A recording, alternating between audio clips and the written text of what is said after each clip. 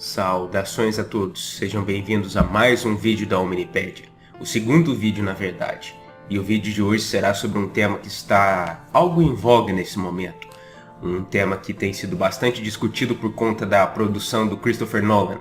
Obviamente eu estou falando a respeito de Oppenheimer, a história por trás do homem que foi o líder, o chefe científico do Projeto Manhattan,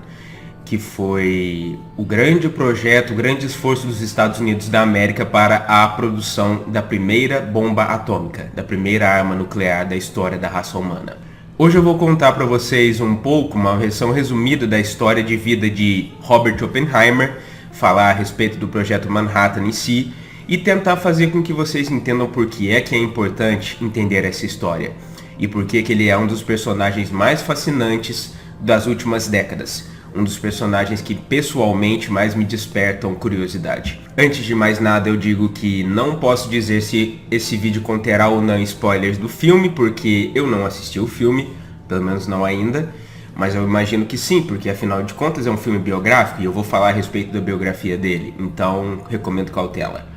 Também lembro a todos, como sempre, que curtam o vídeo, se inscrevam no canal, compartilhem o material com os amigos e considerem contribuir de forma direta com o trabalho desempenhado aqui na Omni através do Pix. Vocês podem fazer isso escaneando o QR Code que está aqui em cima, aqui no cantinho da tela. Com isso dito e fora do caminho, comecemos a conversar a respeito da vida, da trajetória e do trabalho da vida de Julius Robert Oppenheimer. Julius Robert Oppenheimer nasceu em Nova York, no estado de mesmo nome, nos Estados Unidos da América, no dia 22 de abril do ano de 1904, como o primeiro dos filhos do casal Ella, uma artista, e Julius Seligman Oppenheimer, um importador de tecidos de origem judaica-alemã, nascido na cidade de Hanau. Em tempo, Robert viria a ganhar um irmão mais jovem, Frank, nascido 8 anos mais tarde. Os Oppenheimer foram, desde a infância de Robert, bastante prósperos e endinheirados, vivendo em uma área nobre da ilha de Manhattan, no centro da cidade, e cultivando, por exemplo, o hábito de colecionar peças de arte, um hobby reservado apenas à elite dos Estados Unidos naqueles tempos. E essa prosperidade financeira permitiu a Robert cursar escolas particulares durante toda sua formação, algo extremamente raro no país naquele período, quando mais de 90% dos alunos cursavam o ensino público ao menos em algum período de sua formação acadêmica.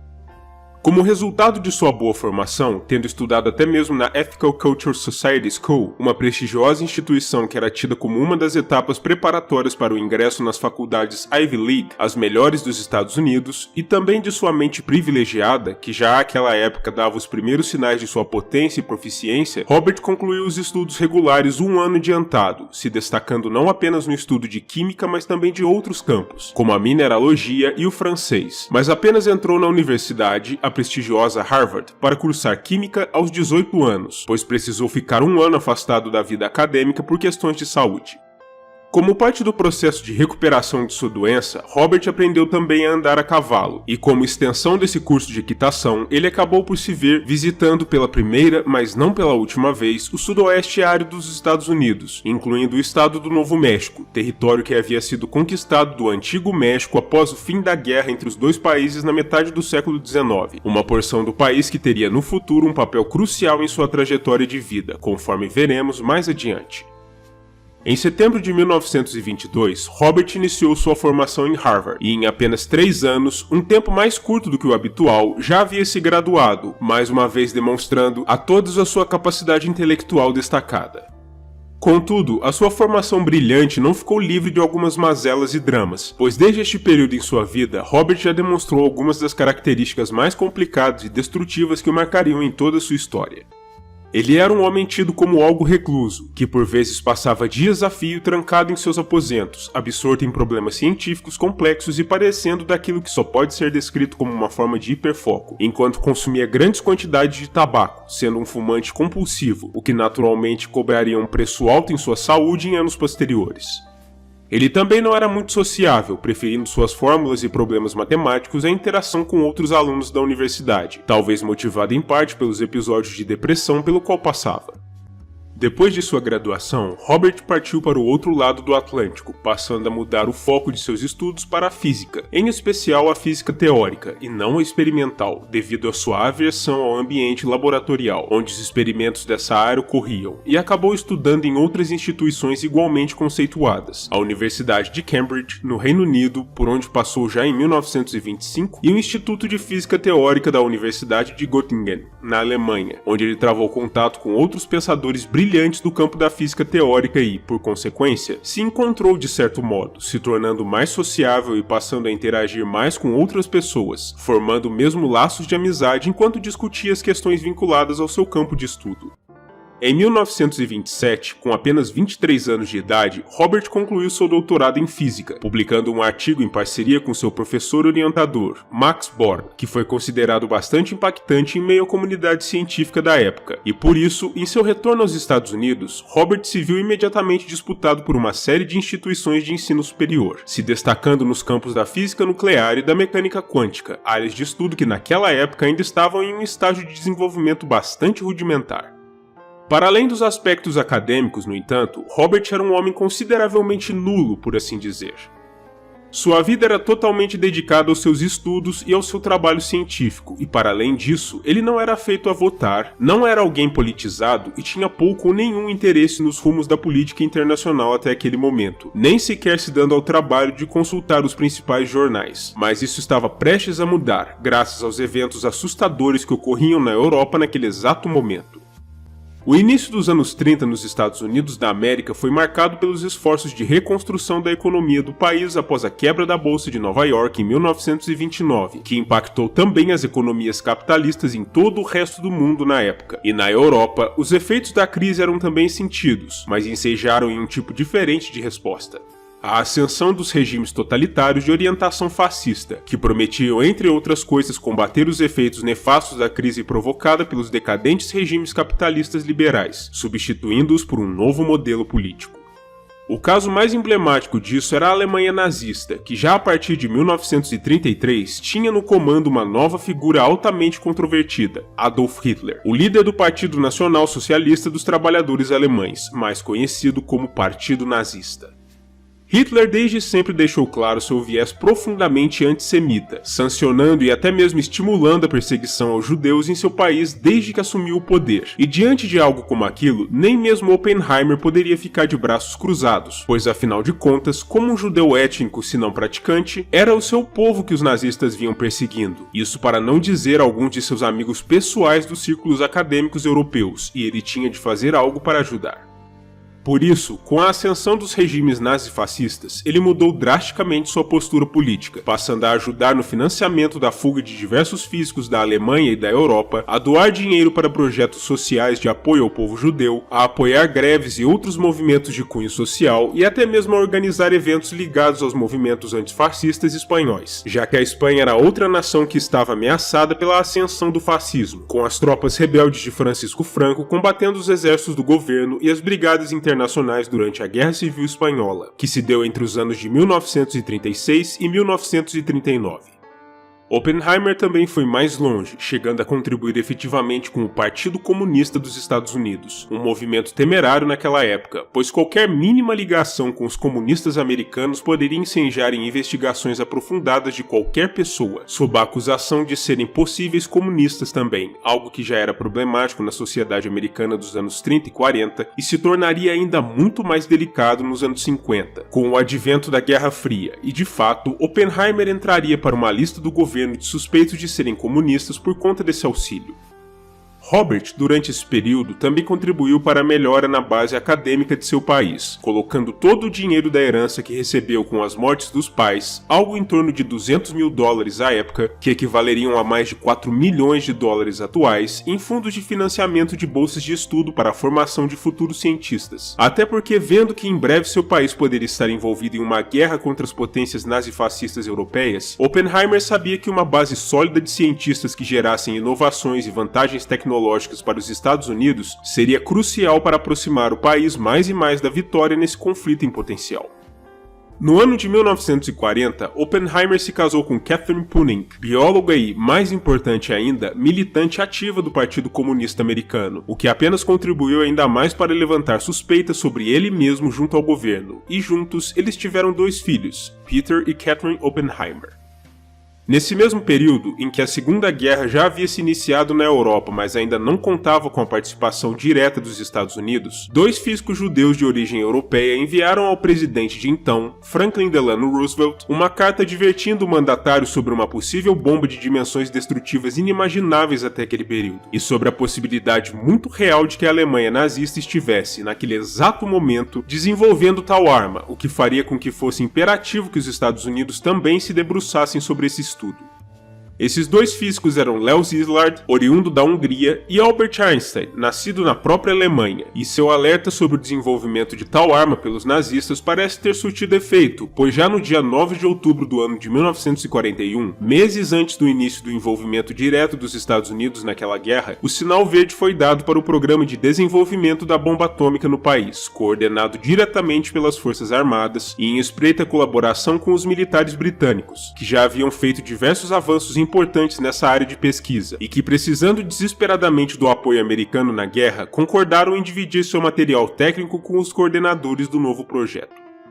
O projeto tinha alta prioridade e era considerado como altamente secreto também, com apenas 6 pessoas no país inteiro tendo plena consciência de seus objetivos ou de seu escopo total, enquanto todos os outros envolvidos trabalhavam com conhecimentos mínimos, não fazendo a menor ideia de qual era o objetivo maior de seus esforços e tendo acesso apenas aos conhecimentos estritamente necessários para o cumprimento de suas obrigações individuais.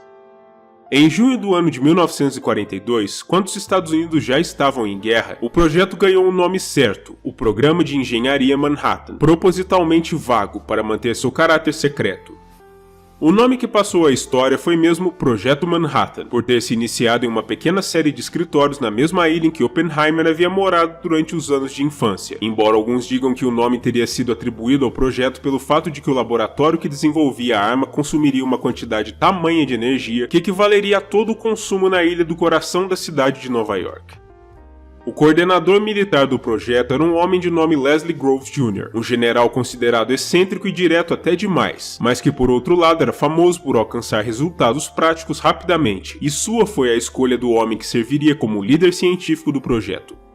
O General Groves tinha uma antipatia afamada por cientistas de modo geral, por considerá-los pedantes e cheios de si como classe, mas ele via Oppenheimer como uma exceção a essa regra, apesar das excentricidades do homem, como por exemplo seu gosto pelo estudo do sânscrito, antigo idioma do subcontinente indiano, que Oppenheimer dominava, e por isso ele o escolheu como chefe do projeto em todos os seus aspectos práticos, enquanto Groves cuidaria da área administrativa. A escolha de Oppenheimer foi bastante controversa à época, não só por sua relativa juventude, pois ele tinha apenas 38 anos então, mas especialmente por seu viés socialista, o que fazia com que muitos militares e políticos do alto escalão o considerassem como uma ameaça ao secretismo e à integridade do projeto, temendo até mesmo possíveis sabotagens ou mesmo vazamentos do conteúdo da pesquisa para a União Soviética, que apesar de ser uma aliada nominal dos Estados Unidos na guerra, era também vista como a próxima grande ameaça ao mundo capitalista. Oppenheimer havia sido inclusive investigado pelo FBI e a inteligência dos Estados Unidos havia recomendado que ele não recebesse credenciais para materiais confidenciais no seio do projeto. E isso apenas aconteceu através de uma ordem expressa do General Groves, que confiava no homem mesmo apesar de suas alegadas tendências socialistas. Confiança essa que se provaria acertada com o caráter prático e direto do cientista, que foi, por exemplo, quem recomendou que, por uma questão de eficiência, as pesquisas do projeto Manhattan fossem unificadas em um só laboratório, pois até então elas vinham sendo desenvolvidas em diversas partes do país, e estando envolvidos em uma guerra, os Estados Unidos não dispunham de todo o tempo do mundo, e por isso a eficiência era a chave. Em novembro daquele mesmo ano, 1942, Groves e Oppenheimer elegeram como a nova sede do projeto um grande rancho desolado nas terras do Novo México, uma região que Oppenheimer já havia visitado na juventude, e ali foi estabelecido o famoso laboratório de Los Alamos, que serviria a partir de então como um epicentro do projeto Manhattan, sob um véu pesado de confidencialidade, operando sob a fachada de uma instalação ligada à Universidade da Califórnia, para que ninguém suspeitasse do projeto ultra secreto que vinha sendo desenvolvido ali. Nos idos de 1945, após anos de esforço e uma quantidade assustadora de dinheiro gasto, Los Alamos já se assemelhava mais a uma pequena cidade do que a um laboratório, contando com algo em torno de 6.000 residentes, dentre os quais cientistas envolvidos no projeto, militares que coordenavam os aspectos administrativos e de segurança e, naturalmente, seus familiares. Oppenheimer, como chefe-geral do projeto sob o General Groves, era o responsável não apenas por direcionar os esforços científicos, mas também por garantir um mínimo ambiente favorável de cooperação entre os cientistas e os militares, grupos historicamente conhecidos por suas visões divergentes e às vezes antagônicas, e por isso foram suas escolhas do desenho e até mesmo do material base da primeira bomba atômica desenvolvida ali, a Little Boy, que seria alimentada por urânio-235. Seus esforços por fim deram frutos no dia 16 de julho de 1945, quando o primeiro teste atômico em toda a história, batizado como Trinity, ou Trindade, ocorreu em Los Alamos. Teste esse ao qual Oppenheimer testemunhou, quando ele famosamente teria dito mais tarde que a explosão gigantesca o teria rememorado de duas passagens do Bhagavad Gita, uma das principais escrituras sagradas do hinduísmo, que falavam a respeito de Shiva, o destruidor de mundos. Pois naquele momento, Oppenheimer se deu conta de que a humanidade, pela primeira vez em toda sua história, havia adquirido a capacidade prática e não apenas meramente teórica de varrer a si mesma e a quase toda a vida na superfície do planeta, tal como um deus poderia fazer. De acordo com seu irmão mais jovem, no entanto, suas palavras no momento foram simplesmente "eu acho que funciona", se referindo à arma. Pouco depois desse primeiro teste bem-sucedido, Oppenheimer escolheu se afastar do projeto como um todo, afirmando apenas que lamentava o fato de que a bomba não havia sido finalizada a tempo para ser usada na Europa contra os nazistas antes de sua rendição, aos quais ele via como seus principais inimigos, e que endossava o bombardeio de Hiroshima para mostrar aos japoneses que eles não teriam mais nenhuma chance de vencer aquela guerra, embora tenha condenado de forma veemente o bombardeio a Nagasaki 3 dias mais tarde, por considerá-lo despropositado. No entanto, esse não foi o fim de seu envolvimento com a energia nuclear, pois já em 1947, Oppenheimer foi eleito como presidente da Comissão para a Energia Atômica dos Estados Unidos e ficou famoso por se tornar um dos primeiros grandes defensores do uso pacífico e civil da energia atômica para a geração de vastas quantidades de energia. Ele também reviu sua postura quanto à arma que havia ajudado a criar, passando a defender o banimento de todo o armamento nuclear e temendo o início de uma grande corrida armamentista entre as nações, em especial entre os Estados Unidos e a União Soviética, um temor que se provaria correto apenas 2 anos mais tarde, em 1949, quando os soviéticos conduziriam seu primeiro teste nuclear bem-sucedido. Em 1952, Oppenheimer foi destituído de seu cargo na comissão por seus vínculos com movimentos de inspiração socialista, pois, como eu disse anteriormente, nos anos 50 nos Estados Unidos, qualquer tipo de vínculo com movimentos de esquerda era visto pelo governo como algo muito perigoso e potencialmente prejudicial à própria segurança nacional. Ele foi mais uma vez investigado e sofreu com uma forte vigilância governamental sobre seus atos pelo restante de sua vida, no contexto do movimento político conhecido como macartismo, a perseguição implacável promovida pelo governo americano a todos que pudessem ter uma mínima ligação com movimentos socialistas ou comunistas, especialmente no caso de pessoas que ocupavam altos cargos importantes. Oppenheimer parece também ter se arrependido de seu papel no Projeto Manhattan ao final da vida, e passou seus últimos anos alertando a sociedade de seu país sobre o perigo representado pela desvinculação da ciência dos interesses da sociedade, com o conhecimento científico sendo usado como uma mera ferramenta de poder nas mãos de um governo sem escrúpulos, mas poucos foram os que lhe deram ouvidos.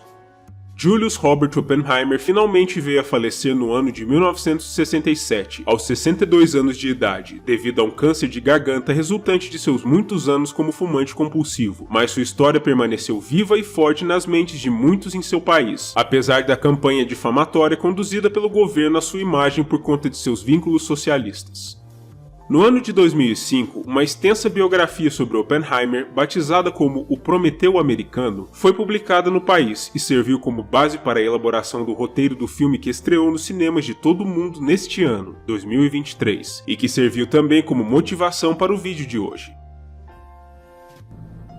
Pois aí está, essa foi a história e a trajetória do pai da bomba atômica, por assim dizer. E agora eu gostaria de saber de vocês aqui embaixo nos comentários o que é que vocês acharam dessa história. O que vocês acharam da trajetória do homem, das suas excentricidades